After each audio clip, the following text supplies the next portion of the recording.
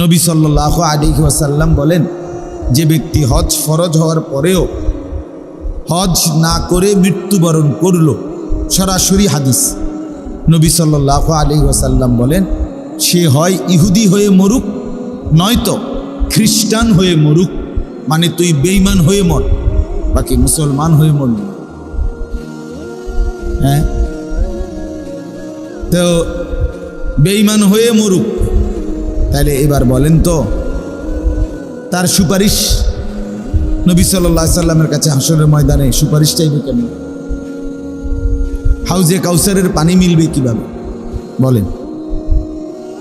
কিতাবে স্পষ্ট আছে, আমার কাছে গাড়িতেও কিতাব আছে। হযরত ওমর রাদিয়াল্লাহু তাআলা আনহু সরাসরি কিতাবে হাদিসে আছে, তিনি হজ ফরজ হওয়ার পরেও যে হজ করে নাই, তিনি বলতেন যে আমার মন চায় তার উপরে অমুসলিম ব্যক্তির উপরে যেই ট্যাক্স ধার্য করা হয়, আমি তার উপরেও সেই পরিমাণ ট্যাক্স ধার্য করব। কেন? তিনি বলতেন, মা হুম বি মুসলিমিন, মা হুম বি মুসলিমিন, তারা মুসলমান নয়, তারা মুসলমান নয়। দুইবার বলছে। বলেন, এজন্য বললাম অনেক শতকরা আমাদের সমাজের 90% মুসলমানের উপরে হজ ফরজ। 10-20 শতক জমি নাই এমন মুসলমান কয়জন? কথা বলেন না। জমি জমা নাই তো খামখেয়ালি করে, ফুদ বিদেশে পাঠাইছি, তে যদি ফাটাইতো হুজুর তাহলে গেলাম, হেতে যদি কদ্দু টিয়া টুয়া দিত, তার বাপেরে যদি কদ্দু হজ করাইতো। হ্যাঁ, জিভুত মানুষ করছি, কিতা জিভুত মানুষ করছেন আমি বুদ্ধি। কারো ছেলে বিদেশ ফাটাইলেই এটা বুঝি মানুষ করা হয়ে গেছে। বলেন না, আপনি বুঝি ফুদ বিদেশ ফাটাইছেন মানে ফুদ মানুষ করলেছেন। আপনি একটা বিল্ডিং করছেন তার মানে আপনি জিভুত মানুষ করলেছেন। তো এটা কি কথা হইল যে জিভুত মানুষ করছে? এই জন্য এটা গুরুত্বপূর্ণ বিষয় যে মুসলমানের কাছে তার মৌলিক প্রয়োজনের অতিরিক্ত হজ্জের খরচ বাকিগুলো দিয়ে ব্যবস্থা।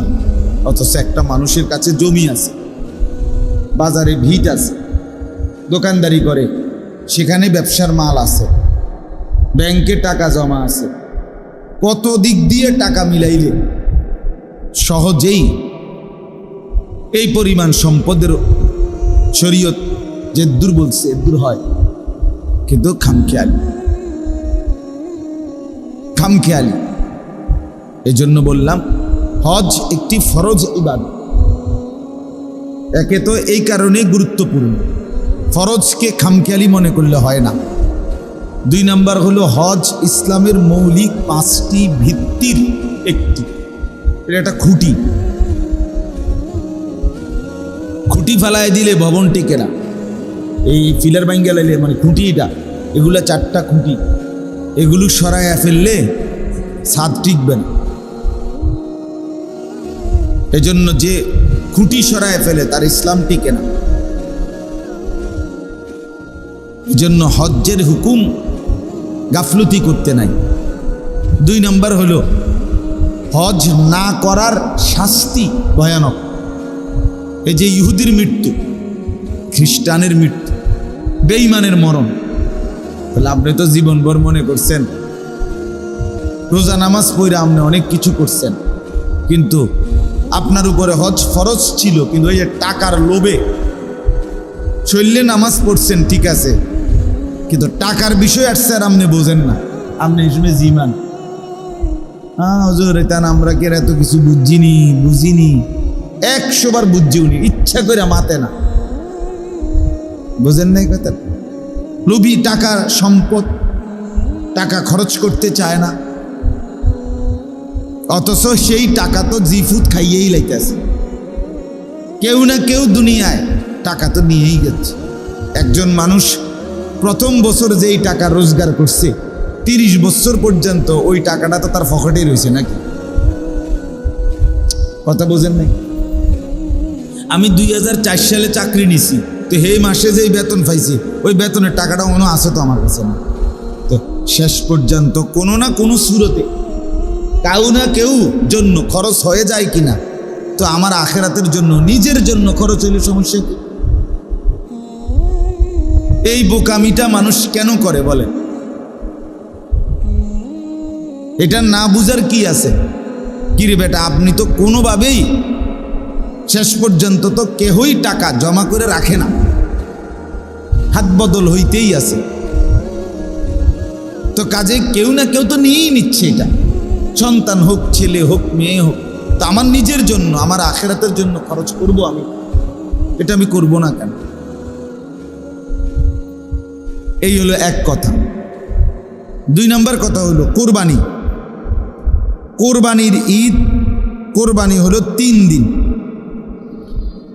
10ই জিলহজ, 11ই জিলহজ, 12ই জিলহজ। মানে যেদিন কোরবানি হয় এটারই 10ই জিলহজ কয়।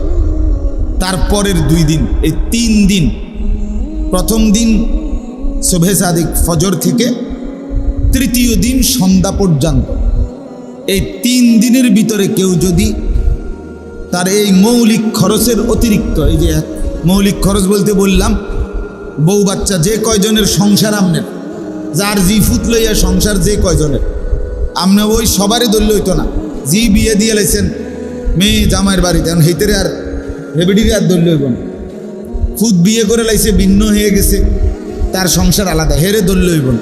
আমনে যে কয়জনের চালান এখনো এই কয়জনের হিসাব, মানে আমনের টাকা দিয়া বাজার খরচা টরচা হয়, তাহলে এই কয়জনের মৌলিক যা প্রয়োজন, ওষুধপত্র, কাগজ কলম, বাজার সদাই, হ্যাঁ ইত্যাদি, এই টাকার অতিরিক্ত যে ব্যক্তির কাছে যা আছে, জমি, তার ব্যবসার মাল, তার ব্যাংকের টাকা, তার কাছে জমানো স্বর্ণ ইত্যাদি মিলাইয়া যদি 52.5 বড়ি রূপার দাম, মানে 84,000 টাকা, 1600 টাকা করে এখন রূপার বড়ি সর্বোচ্চ দাম,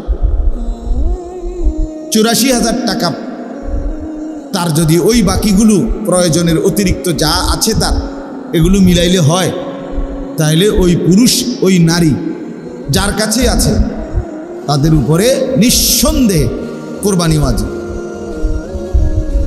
ওই 3 দিনে মনে করেন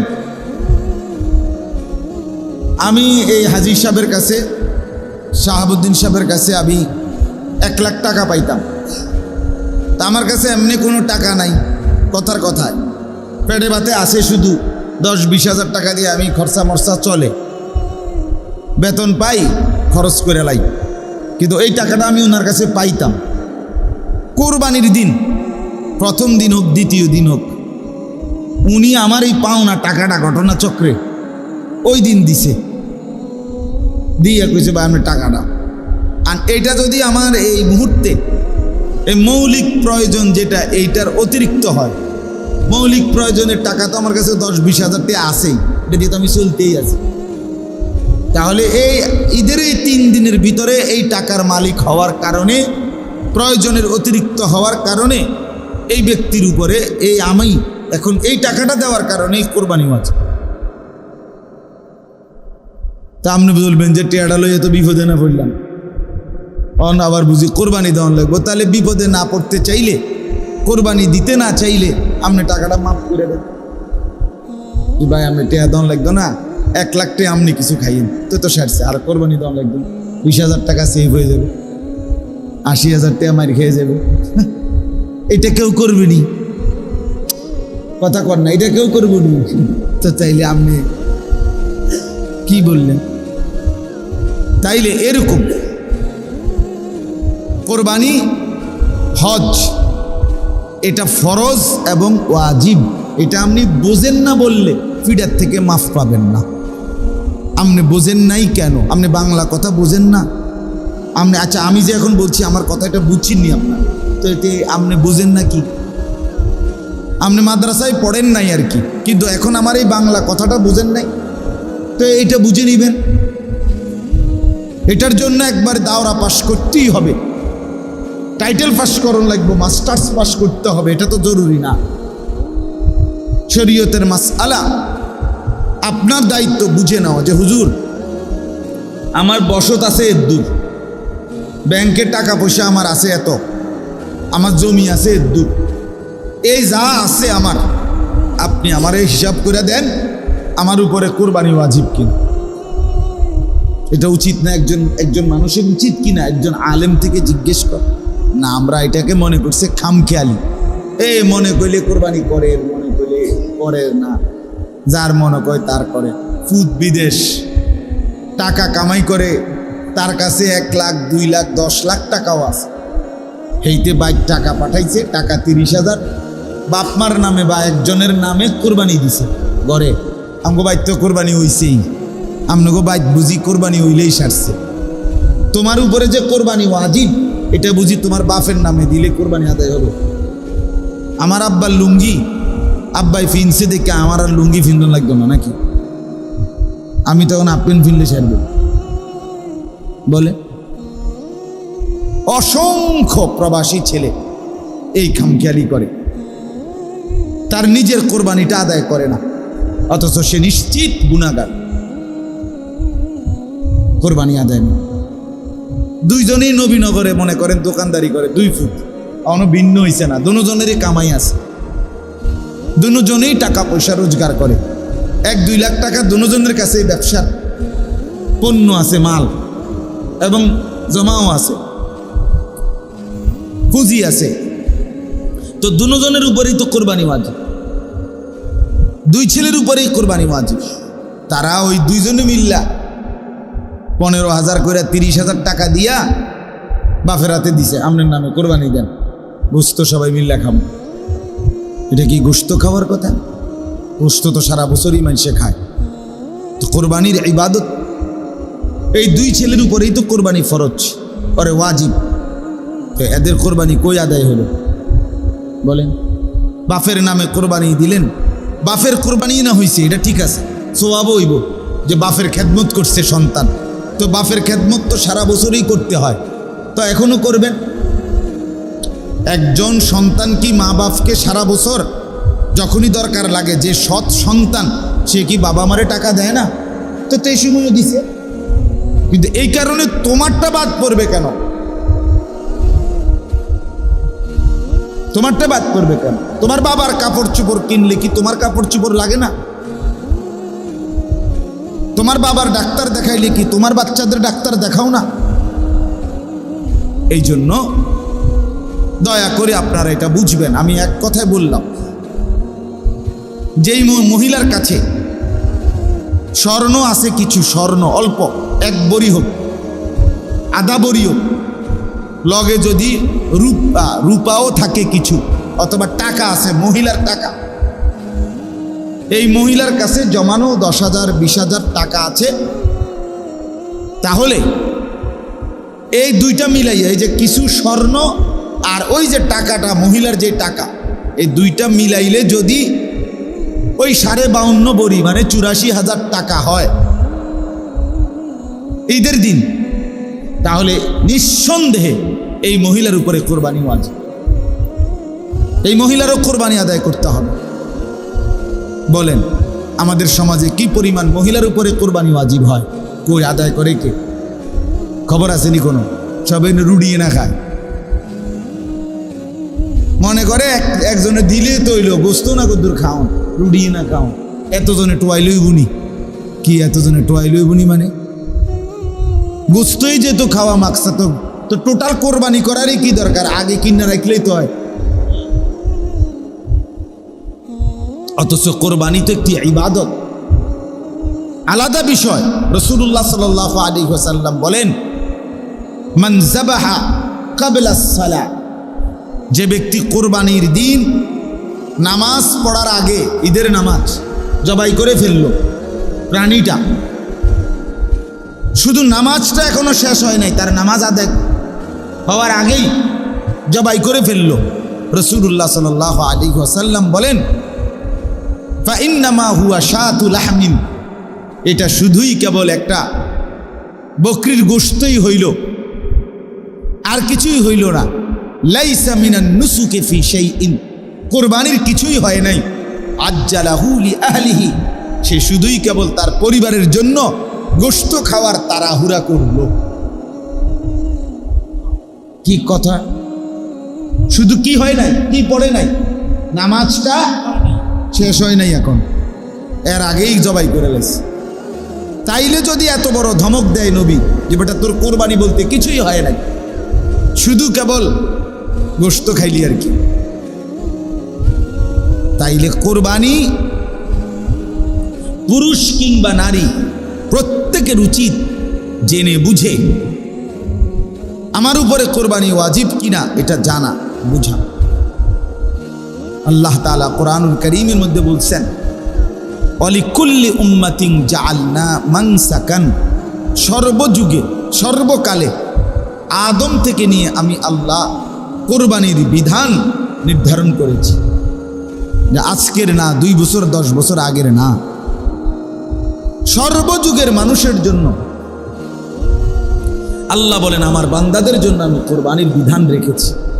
লিয়াযকুরু ইসমাল্লাহি আলা মা রাযাকাহুম মিন বাহিমাতিল আনআম। কেন? আল্লাহ তাআলা বলেন আমি চাই আমার বান্দা আমার দেওয়া হালাল চতুষ্পদ জন্তু জবাই করার সময় আমার নাম নিবে, আমার স্মরণ করবে, বিসমিল্লাহ আল্লাহু আকবার বলবে। এটা শুনবার জন্য আমি কোরবানির বিধান দিই, সবার জন্য। লিয়াযকুরু ইসমাল্লাহ, আমার জিকিরের জন্য দিছি বেটা। গোশত তো তোর বেটা নাফরমান, আমি তো প্রত্যেক দিনে খাবাই বেটা। গরুর গোশত কি পৃথিবীতে কোনো আশ্চর্য কিছু? খাসির গোশত কি পৃথিবীর কোনো আশ্চর্য কিছু যে এটা কোনোদিন মানুষ দেখে নাই? প্রতি বছর কোরবানির দিন শুধু মানুষে গোশত দেখে, এমন কিছু এটা বলেন? তাইলে বরং এটা তো ইবাদত, এটা ইবাদত, এটা আল্লাহর হুকুম, এটা ওয়াজিব। নবী সাল্লাল্লাহু আলাইহি ওয়াসাল্লাম বলেন, মান কানা লাহু সাআতুন ওয়া লাম ইউদাহি ফালা ইয়াকরাবান্না মুসাল্লানা। যে কোরবানির সামর্থ্য থাকার পরেও, সামর্থ্য বলতে শরীয়ত কর্তৃক আমনের মন মতো না, বেশি ঝামেলা আছে এবছর দিতাম না, ওটার মন মতো কথা। আমরা এটা কি গাঁজাখুরি কথা কইলেব নাকি? বেশি ঝামেলা আছি মানে না, না হাতে হবে মাত্র 2 মাস হয়েছে, তারে 12 লাখ টাকা দিয়ে বিদেশ পাঠাইছি, এবছর বাদ দাও কোরবানি। আল্লাহর রহমতে এত বিদেশ করক, 2-4 বছর লাইন আইক, টিয়াটুও মিলক, তোই কোরবানি করো, একবারে বড় করে দিন, বড় করে গ্যারাম চুক্তি একটা মানে ডাক ফালাই দিন। এটা কি খামখেয়ালি কথা বলেন না? আপনার কি এটা মন মতো না? মন মতো ঝামেলায় থাকলে জোহরের নামাজ ফরন লাগে না, কথা বলেন না কেন? আরে ঝামেলায় থাকলে জোহরের নামাজ পড়তে হয়নি, ঘুমে থাকলে আসরের নামাজ ফরন লাগে না। তো তাহলে ফরজ ইবাদত বুঝি আপনার খামখেয়ালি। তাহলে নামাজ যেমন ফরজ ইবাদত, এটা যেমন খামখেয়ালি করা যায় না, তো হজ্জ তো ফরজ, কোরবানিও তো ওয়াজিব, এটা তো খামখেয়ালি করলে হবে না। আল্লাহ তাআলা কোরআনুল কারীমের মধ্যে এই জন্য বলছে যে আমি তো এটা নতুন দেই নাই বেটা, সর্বযুগে ছিল। ওয়ালিকুল্লি উম্মাতিন, আদম আলাইহিস সালাম থেকে নিয়ে মুহাম্মদ সাল্লাল্লাহু আলাইহি ওয়াসাল্লামের উম্মত, মানে আমরাই শেষ উম্মত, আমাদের পরে আর কোনো জাতি আসবে না, তার মানে কিয়ামত পর্যন্ত। আদম থেকে নিয়ে কিয়ামত পর্যন্তের জন্যই আমি আল্লাহ কোরবানির হুকুম নির্ধারণ করেছি। তাহলে এইটাকে বাদ দেওয়ার সুযোগ নেই, মুসলমান বাদ দিতে পারবেন। আমাদের সমাজে খুব বেশি খামখেয়ালি, যতজনের উপরে কোরবানি ওয়াজিব হয় অতজনে দেন। বাড়ি চুক্তি একজন দিলে মানে কামাই করে যতজন, এবং সেই কামাইয়ের মধ্যে যার কাছে অতিরিক্ত এই টাকাটা আছে, বললাম যে এখনকার এটা কম বেশ হইতে পারে, 84,000 টাকা ফিক্সড না, রূপার দাম বাড়ে কমে উঠানামা করে, কখনো 1350, কখনো 1400, কখনো আরো নামে 2700 টাকাও হয় রূপার গরু। কখনো কখনো 47-48 টাকাই কি হয়ে যায়, 50,000-এর নিচে প্রয়োজনের অতিরিক্ত যার কাছে আছে তার উপরেই কোরবানি ওয়াজিব। আপনি 2 লাখ টাকার গরু কোরবানি দিতে হবে জরুরি না, কিন্তু কোরবানি আদায় করতে হবে। আপনি 10,000 টাকার খাসি দিয়েই কোরবানি দেন, অসুবিধা কি? এটা তো আল্লাহর হুকুম, এটা তো বেড়াগিরি না, এটা ফুডাঙ্গিরি মারণেরও কিচ্ছু না, বড়াই করার কিচ্ছু না। যে আমরা 3 জনের উপরে কোরবানি হইছে ওয়াজিব, এখন 40,000 করে দিতাম গেলে আপনার 3 জনের এত টাকাও হবে না। আবার হুদা খাসি দিল কেরম দেখা যায়, তো কাজে এক নাম দেই 50,000 টাকা করে বড় নাম দিয়ে দেন। আপনি বড় নাম দিলে কি লাভ হইল? বাকি 2 জনের কোরবানি, বাকি 2 জনের কোরবানি তো আদায় হইল না। আর নবী সাল্লাল্লাহু আলাইহি সাল্লাম বলেন, যে কোরবানি আদায় করে নাই অথচ সামর্থ্য ছিল, সে যেন নামাজে না আসে। একদম সাফ বলছে, নাফরমান তুই বেটা মসজিদে আইবি না, তুই ঈদগাহে আসবি না, বেঈমান যা বেরো বেটা, তুই ঘুম যা বেটা গিয়া, তুই হুত্যা থাক, গোস্ত রান্দা হইলে গোস্ত খাইছি, তুই আইছিস গোস্ত খাইতি দুনিয়ার, গোস্ত না খাইবি তুই নামাজ পড়ে করবি কি? রাসূলুল্লাহ সাল্লাল্লাহু আলাইহি সাল্লাম নিষেধ করছে যে সামর্থ্য থাকার পরেও যে কি করে নাই, কোরবানি করে নাই, সে যেন কি না আসে, নামাজে যেন না আসে, সে যেন ঈদগাহে না আসে। তো যেখানে ওয়াজিব নামাজ, ঈদের নামাজ, এইটাই পড়তে মানা করেছে, তো ফরজ নামাজও তো যা নামাজ দিয়ে কি দিবে? আল্লাহ আমাদেরকে মাফ করে দেন। এই জন্য কোরবানি একটি প্রাচীন ইবাদত, আল্লাহর পছন্দের ইবাদত। পৃথিবীর প্রথম আদম আলাইহিস সালামের জামানাতে আল্লাহ তাআলা কোরবানির বিধান চালু করেছে। কোরবানি কেন চালু করলেন? কোরবানির মাধ্যমে মুমিনের পরীক্ষা হয়। কোরবানির মাধ্যমে মুসলমান পরিচয় দেওয়ার পরে কোরবানি দিয়ে কে আল্লাহকে ভয় করে আর কে নফসের গোলামি, শয়তানের গোলামি, মনের ইচ্ছার গোলামি করে, এটা পার্থক্য। এজন্য কোরবানির দ্বারা তাকওয়ার পরীক্ষা হয়। কোরবানি দ্বারা কিসের পরীক্ষা হয়? তাকওয়ার, আল্লাহ ভীতি, আল্লাহ ভীতি, আল্লাহ ভীতি। কোরবানি থেকে আল্লাহ তাআলা তাকওয়া যাচাই করে, গোস্ত না, রক্তও না, তাকওয়া। যার তাকওয়া আছে, আল্লাহকে ভয় করে কোরবানি করছে, আল্লাহর মহব্বতে দিচ্ছে, আল্লাহ তাআলা তারটাই কবুল করে। এই কোরআনের আয়াতটা আমি পড়ছি আপনাদের সামনে, দেখেন একটু শুনেন। 6 নম্বর পারা, 5 নম্বর সূরা, সূরায়ে মায়েদা। এই সূরার 27 নম্বর আয়াত আল্লাহ তাআলা বলতেছেন, ওয়াতলু আলাইহিম নাবা আবনাই আদামা বিল হক। হে নবী, আপনি আমার বান্দাদের কাছে, আপনার উম্মতের কাছে আদমের 2 সন্তানের সেই ঘটনা, কোরবানির ঘটনাটা বিস্তারিত সুন্দর করে সঠিকভাবে বর্ণনা করুন। তাইলে তারা বুঝবে কোরবানির মূল উদ্দেশ্য কি। ওই ঘটনাটা বললেই তারা বুঝে ফেলবে। তাহলে বোঝা গেল আল্লাহ তাআলা কোরবানির ঘটনা শুরু করাই দিয়েছেন, নবীজিকে শুনাইতে বলছেন সেই আদম আলাইহিস সালামের জামানার ঘটনা। আদম আলাইহিস সালামের 2 পুত্র বিবাহ নিয়ে, আমি সংক্ষেপে বলতেছি, শুধু বিবাহ নিয়ে ঝগড়া লাগছে, বোনের বিবাহ নিয়ে। এই ঝগড়ার পরিণতিতে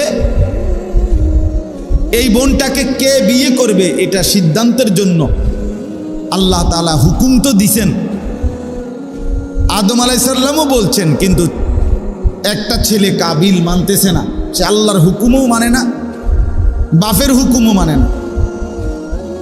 তখন আল্লাহ তাআলা বলছে ঠিক আছে আদম, নগদ পরীক্ষা হোক।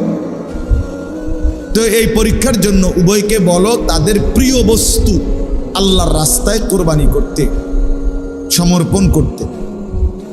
তখন ছিল নিয়ম, আমাদের প্রিয় নবী সাল্লাল্লাহু আলাইহি ওয়াসাল্লাম তিনি তো কোরবানির জন্য নির্ধারিত প্রাণী নির্ধারণ করে দিয়েছেন। পূর্বের জামানায় কোরবানি ছিল নিজের উৎকৃষ্ট বস্তু, নিজের কাছে যেটা সবচেয়ে প্রিয় জিনিস, এরকম কিছু কোনো উঁচু জায়গায়, টিলা পাহাড় এমন কোনো জায়গায় রেখে আসা আল্লাহর জন্য, এইটাই ছিল কোরবানি। আর তখন আল্লাহর পক্ষ থেকে কুদরতি আগুন আইসা যেই কোরবানিটা মানে যারটাকে জ্বালাইয়া দিত তারটাই গ্রহণ হইত, আর যারটা জ্বালাইতো না পড়ে থাকতো যেমনেটা এমনে তারটা পরিত্যক্ত, বাতিল, নগদ পরীক্ষা হয়ে যেত, নগদ চিহ্নিত হইত। তো আদম আলাইহিস সালামও তার দুই ছেলেকে বললেন, হাবিল কাবিলকে, তারা দুইজনও বললেন যে তোমরা তোমাদের প্রিয় জিনিস আল্লাহর রাস্তায় কোরবানি করো। এই প্রথম কোরবানির হুকুম।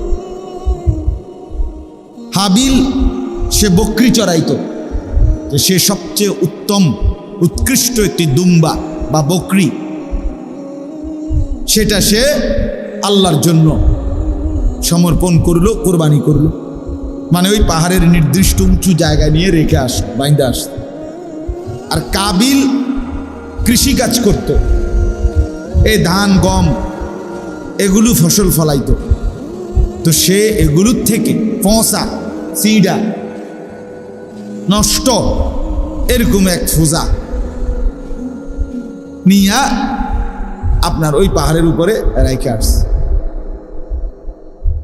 তো আল্লাহ তাআলার পক্ষ থেকে হাবিলের কোরবানি বকরি বা দুম্বা জ্বালায়া দিছে, আর অটটা যথাস্থানে পড়ে রয়েছে। তো প্রমাণ হয়ে গেছে যে একজনের কোরবানি কবুল হলো, আরেকজনের কোরবানি কি হলো।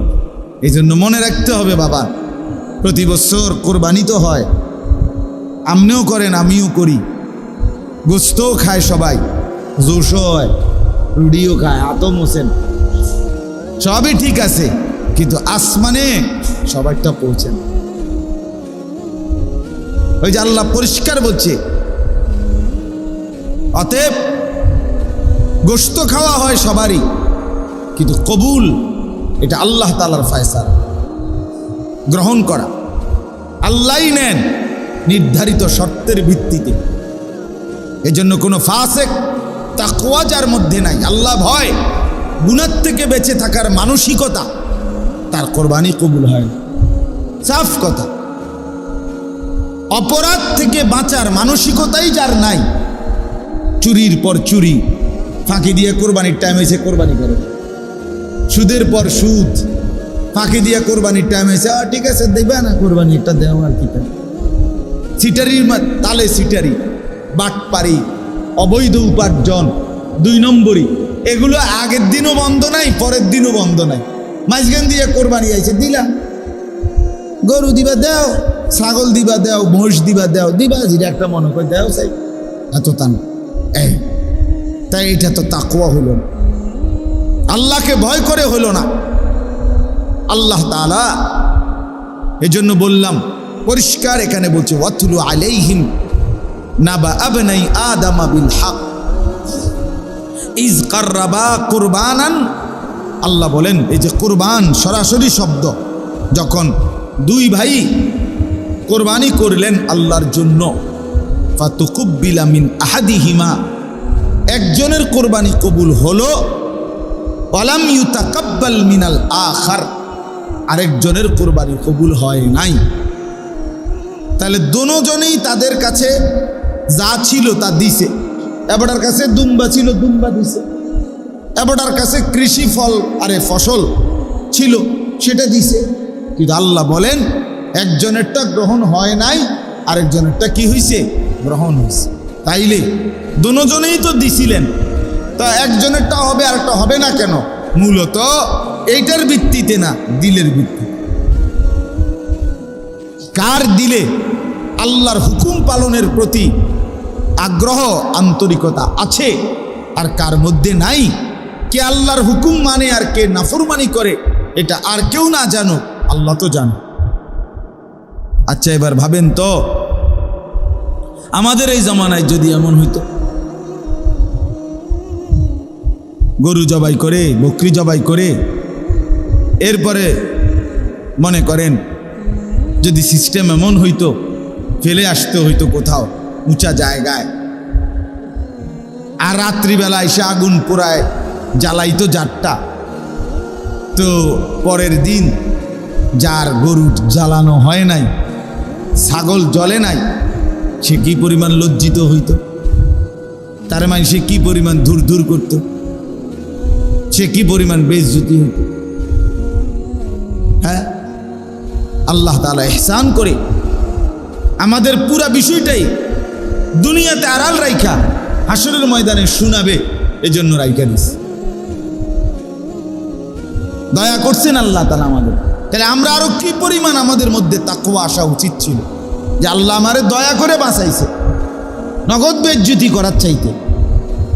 কিন্তু মুসলমান আমরা খামখেয়াল। এই যে দেখেন আল্লাহ বলেন একজনের কোরবানি কবুল হলো আরেকজনের হলো না, তাহলে বোঝা গেল যুগে যুগে প্রত্যেক বছরই কোরবানি হয় সারা পৃথিবীতে, কিন্তু কারো কোরবানি কবুল হয়, কারোটা কি ক্বালা লাআকতুলান্নাক, যার কোরবানি কবুল হয় নাই সে আক্রোশে কাবিল হাবিলকে বলল আমি তোকে মেরেই ফেলব, আমি তোকে মেরেই ফেলব। এই কথার অর্থ হইল বিয়ে আমি করবই, নারী আমি চাই। আমি আল্লাহর হুকুমও মানি না, বাপের হুকুমও মানি না, শরীয়তের বিধানও মানি না, আমি কিচ্ছু মানি না, আমার যেটা মন চাইছে আমি এটাই করি। এই হলো নাফরমান সন্তানের কথা। আলহামদুলিল্লাহ রাব্বিল আলামিন। আল্লাহুম্মা আনতাস সালাম ওয়া মিনকাস সালাম, তাবারাকতা ইয়া যাল জালালি ওয়াল ইকরাম।